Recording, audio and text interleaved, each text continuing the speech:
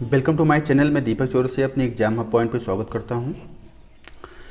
जैसा कि आप जान रहे हैं कि यूपीपीसीएस और आरओ का एग्ज़ाम लगभग जुलाई में संभव है, जुलाई अगस्त में। यूपीपीसीएस तो जुलाई या अगस्त में संभव है, आरओ थोड़ा लेट हो सकता है। तो हम लोग कर रहे हैं ध्येय आईएएस की प्रैक्टिस। ध्येय आईएएस की हम लोग प्रैक्टिस कर रहे हैं, जिसमें यूपीपीसीएस आरओ प्रीलिम्स का टेस्ट है ये, जिसमें हमने 40 क्वेश्चन सॉल्व कर लिया था। आज हम 41 क्वेश्चन से सॉल्व करेंगे। तो सबसे पहले हमें कहना चाहेंगे, जो हमारे चैनल पे नए हैं, हमारे चैनल को सब्सक्राइब करें, लाइक करें और शेयर करें। ठीक, ओके। आइए हम देखते हैं। आइए हम देखते हैं 41 क्वेश्चंस।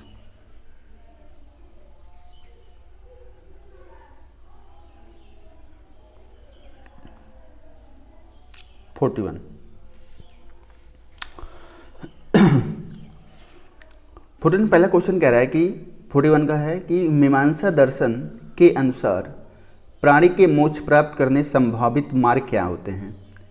भक्ति मार्ग, ज्ञान मार्ग, कर्म मार्ग, योग मार्ग। इसमें मीमांसा मार्ग जो रिलेटेड करता है किससे? कर्म मार्ग से। मतलब आप मोक्ष की प्राप्ति किससे कर सकते हैं? कर्म से। ओके, अगला क्वेश्चन हम देखते हैं। ये पाल वंश से संबंधित है। कह रहा है कि पाल वंश के संदर्भ में निम्नलिखित में से कौन सा सत्य है? कौन सा सत्य है?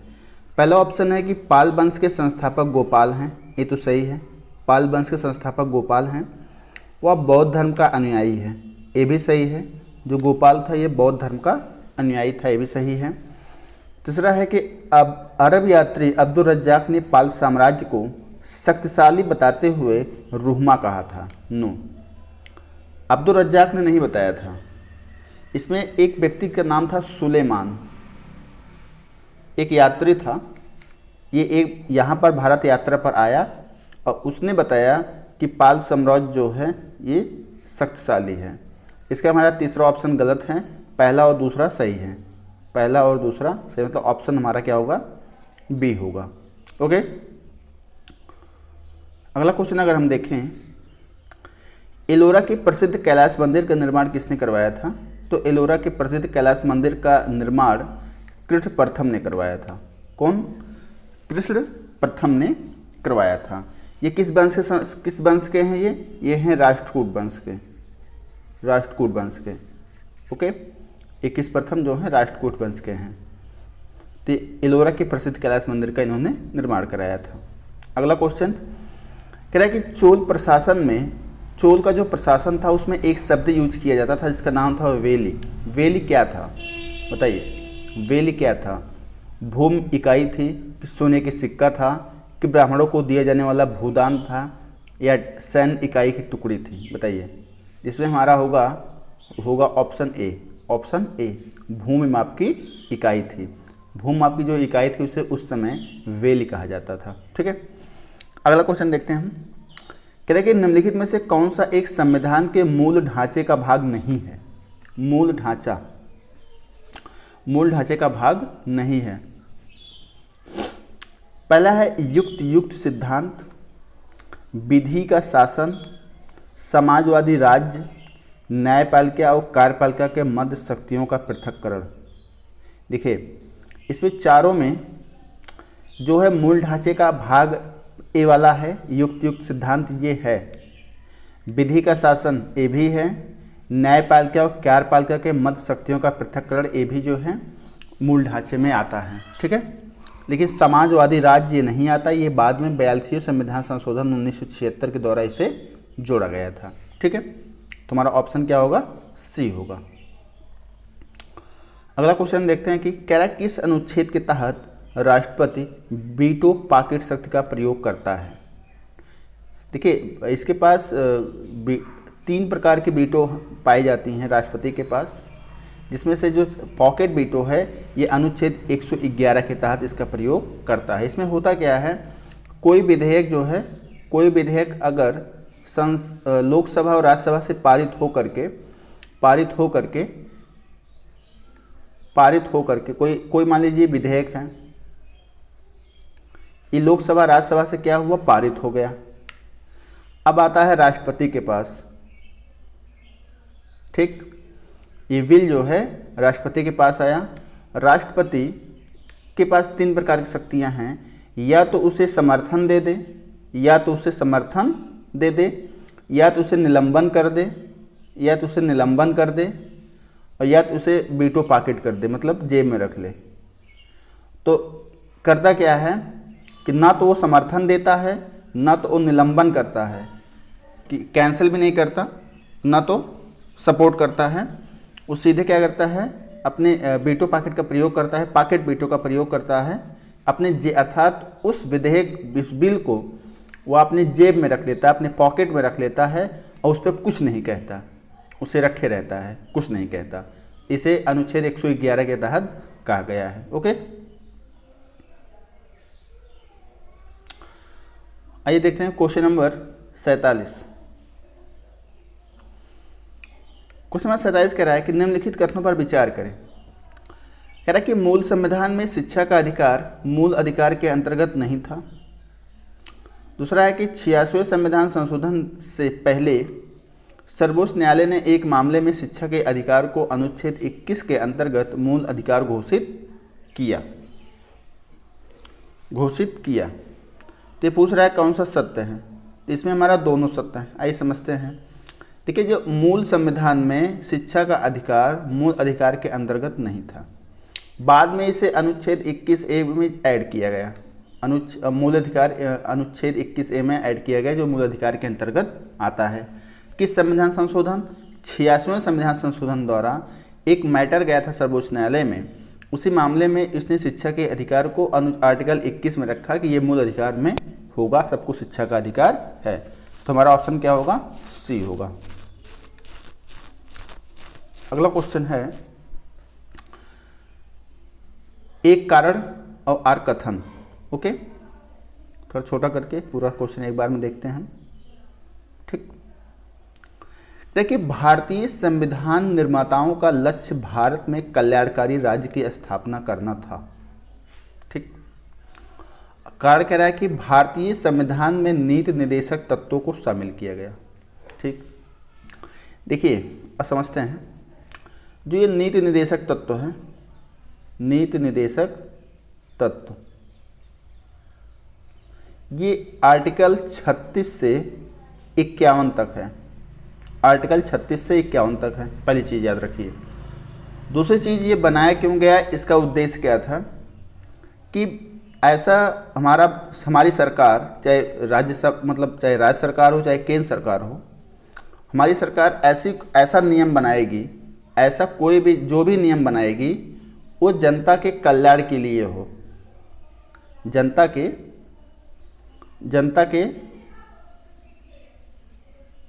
कल्याण के लिए हो।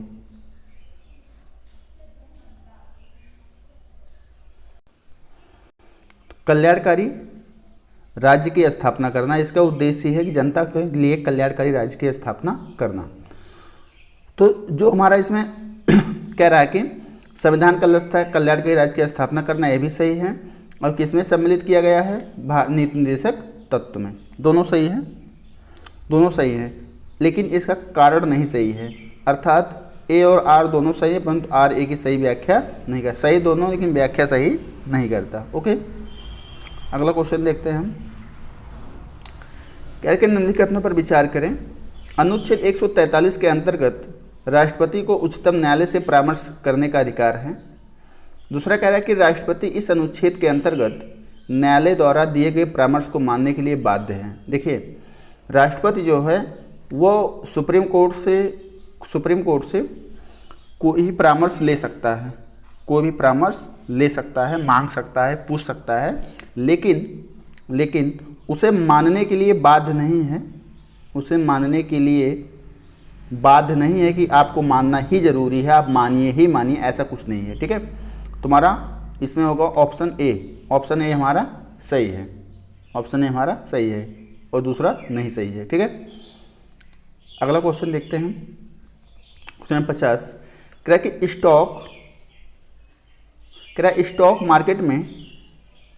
स्टॉक मार्केट में होने वाले घोटालों की जांच के लिए निम्न में से कौन सी संस्था कार्य करती है? तो ये करती है ईडी तो नहीं करती, एसएफआई करती है। SFI, इसका फुल फॉर्म होगा सीरियस फ्रॉड इन्वेस्टिगेशन। ठीक है, इन्वेस्टिगेशन। तो स्टॉक मार्केट में जो भी घोटाले होते हैं उसकी जांच SFI करती है। ठीक, क्वेश्चन नंबर 51 हम देखते हैं। अच्छे क्वेश्चन है पॉलिटी के। कह रहा है कि संविधान संशोधन विधेयक संसद के दोनों सदनों द्वारा अलग अलग साधारण बहुमत से पारित होना चाहिए। दूसरा कह रहा है कि संविधान संशोधन विधेयक पर दोनों सदनों में गतिरोध की स्थिति में राष्ट्रपति अनुच्छेद 108 के अंतर्गत संयुक्त अधिवेशन बुला सकता है। अब देखिए पहले इसमें जान लीजिए उत्तर क्या होगा। ऑप्शन डी, ना तो हमारा एक सही है ना तो हमारा दो सही है, कोई भी सही नहीं है। क्यों नहीं सही है आइए देखते हैं क्यों नहीं सही। कह रहा है कि संविधान जो संशोधन विधेयक है यह साधारण बहुमत से नहीं, जानते रहिए कि जो संशोधन विधेयक है और धन विधेयक है, धन विधेयक ये विशेष बहुमत से होता है। किस बहुमत से होता है? संशोधन विधेयक और धन विधेयक ये दोनों होता है विशेष बहुमत से, विशेष बहुमत से, इसलिए ये गलत है। यहीं पे होता कि विशेष बहुमत से पारित होता तब तो ये सही होता। ठीक, इसलिए ये गलत है।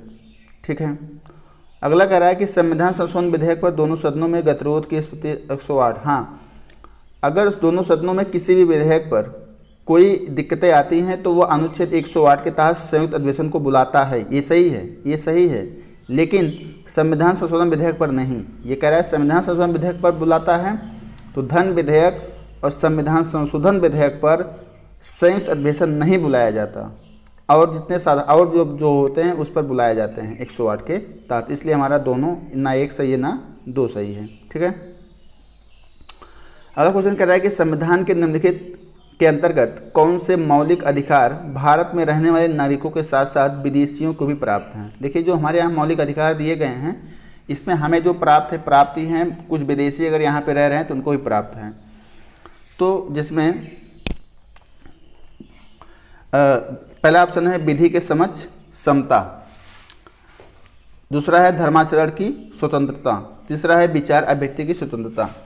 देखिए जो हमारे साथ साथ विदेशियों को जो प्राप्त है वो विधि के समक्ष समता प्राप्त है, धर्माचरण की स्वतंत्रता प्राप्त है। मतलब धर्माचरण मतलब क्या होता है कि अपने जो उनका धर्म है वो पूजा पाठ कर सकते हैं, कोई आपको रोक नहीं है।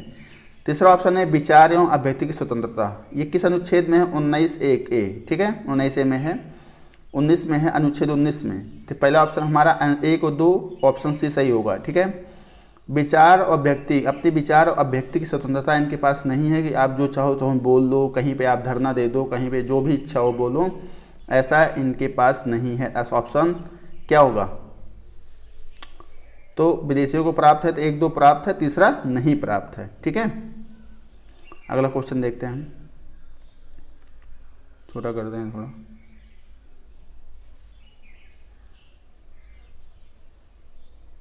ठीक, क्योंकि भारतीय संविधान व्यक्ति की स्वतंत्रता तथा सामाजिक हितों के बीच संतुलन स्थापित करने का प्रयास करता है। कारण क्या है कि भारतीय नागरिकों को प्रदान किए गए मूल अधिकार अबाध हैं, उन पर किसी प्रकार का प्रतिबंध नहीं लगाया जा सकता है। देखिए भारतीय जो संविधान है व्यक्ति की स्वतंत्रता और सामाजिक हितों में संतुलन तो स्थापित करने का प्रयास करता है, तो ये तो हमारा सही है। ठीक है, लेकिन आर कह रहा है कि भारतीय नागरिकों को प्रदान किए गए जो भी मूल अधिकार हैं वह किसी प्रकार का प्रतिबंध नहीं लगाया जा सकता। ऐसा नहीं है, सभी मूल अधिकार पर कुछ न कुछ प्रतिबंध लगाया गया है। जैसे आपको अभिव्यक्ति स्वतंत्रता दी गई है तो इसका मतलब ये नहीं कि आप जो चाहो तो बोलो, आप उतना बोल सकते हो जितनी ज़रूरत है, आप गलत नहीं बोल सकते हो। ठीक है, इसलिए हमारा आर गलत है, ए सही है। ऑप्शन हमारा क्या होगा? सी होगा। अगला क्वेश्चन देखते हैं, कह कि एक संसद सदस्य की सीट को रिक्त घोषित किया जा सकता है यदि वह सदन में लगातार कितने अवधि तक अनुपस्थित रहता है। देखिए एक संसद में जो सदस्य बैठते हैं, जो भी सदस्य बैठते हैं, अगर वो सदस्य 60 दिन तक, कितने दिन तक? 60 दिन तक अनुपस्थित रहें तो उनकी सदस्यता रद्द की जाती है, उनकी सदस्यता रद्द की जाती है। ठीक है, तो ये क्या होता है? 2 माह मतलब 60 दिन तक। ओके, अगला क्वेश्चन कह रहा है कि निम्नलिखित कथनों में कौन से सत्य हैं, कौन से सत्य हैं। पहला ऑप्शन कह रहा है कि सूफी सिलसिलों में नक्शबंदियाँ सबसे कट्टरवादी सिलसिला था, नक्शबंदियाँ सबसे कट्टरवादी सिलसिला था, और शेख अहमद सरहिंदी इस सिलसिले के प्रसिद्ध संत थे। तो कौन सा सही है बताइए। इसमें दोनों सही हैं, दोनों सही हैं। नक्शबंदी सिलसिला कट्टरवादी था ही, और प्रसिद्ध संत जो थे वो शेख अहमद सरहिंदी थे। तो ऑप्शन हमारा 1 और 2 दोनों होगा। ठीक है, अगला क्वेश्चन हम देखते हैं। क्वेश्चन कह रहा है 56 कह रहा है कि सूफी संत हैं, इधर उपाधि है। क्वेश्चन नंबर 56, तो इसमें कौन सा होगा। ठीक है, तो छोटा करते हैं। ठीक, पता गया कि शेख निजामुद्दीन औलिया, देखिए शेख निजामुद्दीन औलिया को महबूब ए इलाही की उपाधि दी गई है, अर्थात ए का तीसरा हो जाएगा। शेख सलीम चिश्ती को शेख उल हिंद की उपाधि दिया गया है, अर्थात बी का 1 हो जाएगा। शेख नासिरुद्दीन महमूद को चिराग ए दिल्ली कहा जाता है, तो ये इसका दूसरा हो जाएगा। ठीक है, बहाउद्दीन जकारिया को शेख उल इस्लाम कहा जाता है, 4 हो जाएगा। 3 1 2 4 कहाँ पर है दिखाओ, ऑप्शन डी होगा। 3 1 2 4 ऑप्शन डी हमारा आंसर होगा। ठीक, अगला क्वेश्चन कह रहा है कि निम्नलिखित में से किस एक विदेशी यात्री ने विजयनगर साम्राज्य की यात्रा नहीं की थी, बताइए कौन। पहला ऑप्शन है दुर्वाटी बारबोसा, डोमिंग पायस, फर्डिनांड नूरिज और राल्फ फिंच। देखिए इसमें ये 3 पर्सन दुर्वाटा बारबेस, डोमिंग पायस और नूनिज, इन्होंने यात्रा किया था, इन्हें तो यात्रा किया था। इसमें राल्फ फिंच जो थे इन्होंने यात्रा नहीं किया था, तो हमारा ऑप्शन क्या होगा, डी होगा। ठीक है, अगला क्वेश्चन कह रहा है कि निम्नलिखित में से किस एक संधि का परिणाम यह हुआ कि छत्रपति मराठा सरदार केवल नाम मात्र के राजा रह गए, बताइए बताइए। निम्नलिखित में से किस एक संधि का परिणाम था कि जो छत्रपति केवल नाम मात्र राजा रह गए। 58 संगोला की एक संधि हुई थी, इस संधि में मराठा छत्रपति का जो है नाम मात्र राजा रह गए, और इसी के बाद इनकी वैल्यू क्या हो गई, ख़त्म हो गई। ठीक, अगला क्वेश्चन कह रहा है कि निम्नलिखित में से कौन सी एक घटना चतुर्थ आंग्ल मैसूर युद्ध से संबंधित नहीं है। देखिए टीपू सुल्तान नेपोलियन पद से व्यवहार, ये सही है। बेलेजली को मार्क्स की उपाधि मिली थी उसी समय, ये भी सही है। टीपू की मृत्यु हो गई थी, ये भी सही है। अंग्रेजों द्वारा मैसूर को अपने प्रत्यक्ष नियंत्रण में लेना, ये गलत है, ये गलत है। ठीक है, तो ऑप्शन क्या होगा हमारा, डी है, ऑप्शन डी है। अगला क्वेश्चन है कि वांडीवास का युद्ध किसके मध्य हुआ था, बताइए। देखिए वांडीवास का युद्ध अंग्रेज और फ्रांसीसियों के मध्य हुआ था, एक लाइन में रट लीजिए। वांडीवास का युद्ध जो है अंग्रेजों और फ्रांसीसियों के मध्य हुआ था। अगला क्वेश्चन कूट में है। ठीक, कह रहा है कि प्रधानमंत्री जनधन योजना कब हुआ था, बताइए। ये हुआ था 28 अगस्त 2014, अर्थात इसका हो जाएगा तीसरा। मुद्रा बैंक योजना ये हुआ था 2015, 8 अप्रैल 2015, दूसरा हो जाएगा। पीएम सुरक्षा बीमा योजना ये 9 मार्च 2015, चौथा हो जाएगा। और एजुकेशन डिजिटल फॉर एटलेस का 9 मई 2015, पहला आ जाएगा। 3 2 4 1, तो ऑप्शन हमारा क्या होगा, सी होगा। ठीक है,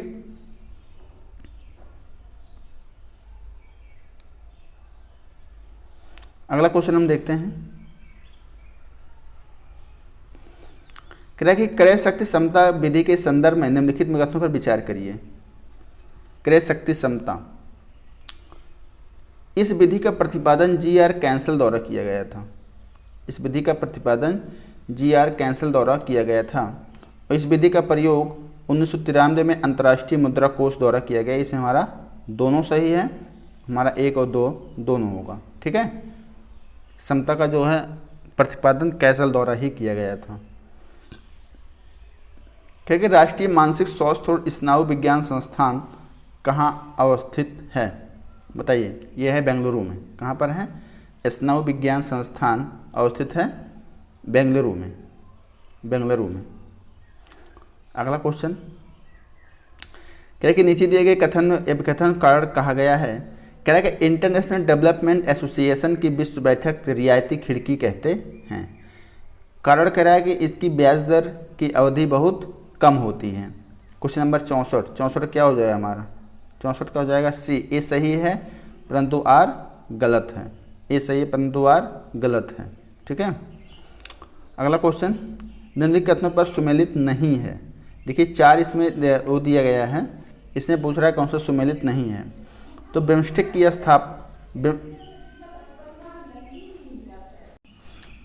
स्थापना 1997 में हुआ था।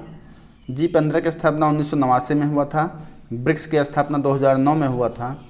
इब्सा की स्थापना 2000 में नहीं 2003 में हुआ था। ठीक है। तुम्हारा ऑप्शन क्या हो जाएगा? सी हो जाएगा।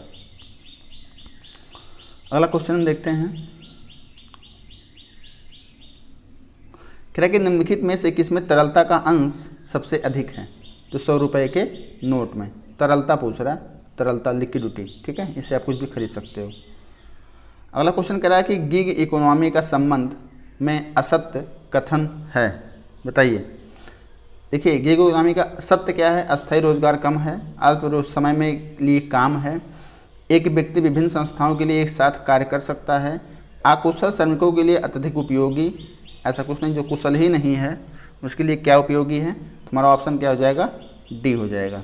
ठीक है। अगर कह रहा है कि इनिशियल पब्लिक ऑफर के संबंध में असत्य कथन बताइए। 68। Question number 68। तो इसमें क्या होगा? इनिशियल पब्लिक ऑफर के लिए ऑप्शन ए शेयर बाजार में सूचीबद्ध कंपनी द्वारा शेयर का निर्गमन किया जाता है इनिशियल पब्लिक ऑफर के द्वारा, जिसे IPO बोलते हैं। ठीक है। असत्य कथन यही है। अगला क्वेश्चन कर रहा है कि RBI द्वारा नोट निर्गमन के लिए न्यूनतम कोष प्रणाली को किस वर्ष प्रचलन में लाया गया? 69।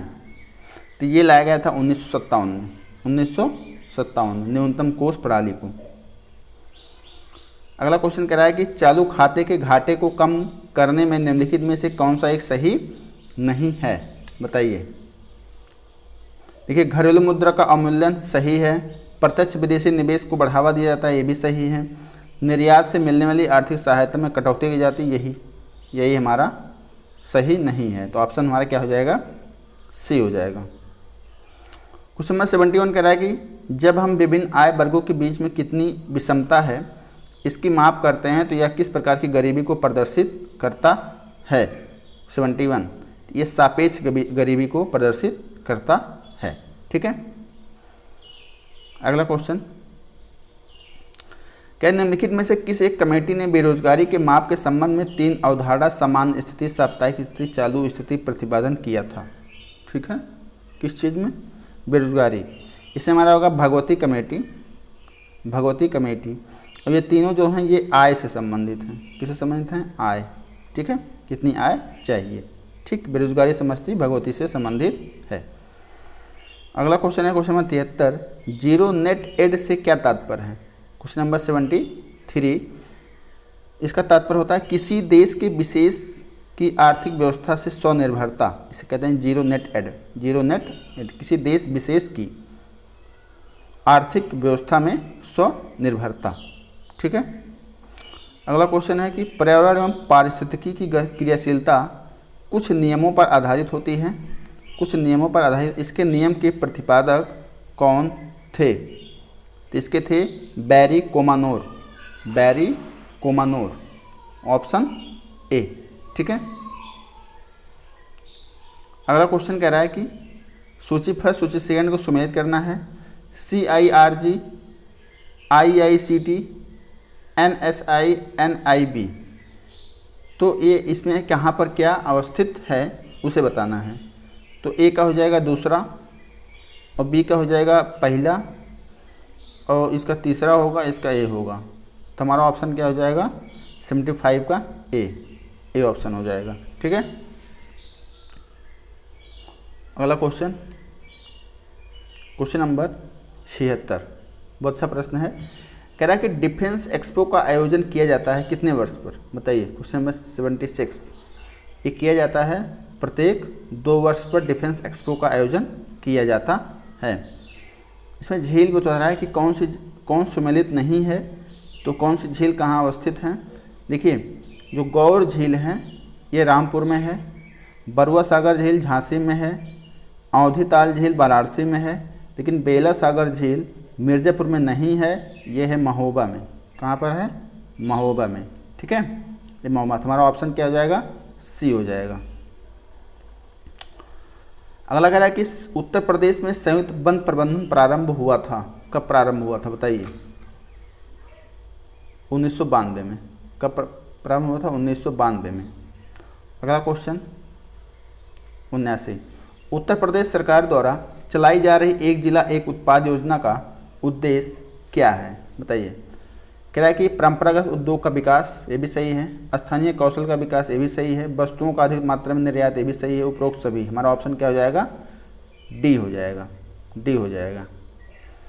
अगला क्वेश्चन है, अच्छा क्वेश्चन, निम्नलिखित राज्यों में से कौन सा एक 2011 की जनगणना के अनुसार साक्षरता दर और नगरीकरण स्तर दृष्टि से भारत में दूसरे स्थान पर है। तो हमारा ऑप्शन होगा मिजोरम।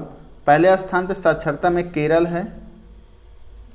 है और दूसरे स्थान पर साक्षरता में मिजोरम है। अगर हम नगरीकरण की बात करें तो पहले स्थान पर है गोवा और दूसरे पर है मिजोरम। तो देखिए मिजोरम जो है वो दोनों में दूसरे पर है, तो ये पूछ रहा है, तो हमारा ऑप्शन क्या हो जाएगा? डी हो जाएगा। तो हम लोगों ने 40 क्वेश्चन को अच्छे ढंग से सॉल्व किया है। 40 क्वेश्चन को हम लोग सॉल्व किए हैं, 40 क्वेश्चन को। इसमें कहीं भी को आपको डाउट लगता है तो आप कमेंट कर सकते हैं। और हमें कहना चाहेंगे हमारे चैनल को सब्सक्राइब करिए, लाइक करिए, शेयर करिए, इससे हमें सपोर्ट मिलता है। हम आगे ऐसे वीडियो लाने का प्रयास करेंगे। Thanks for watching.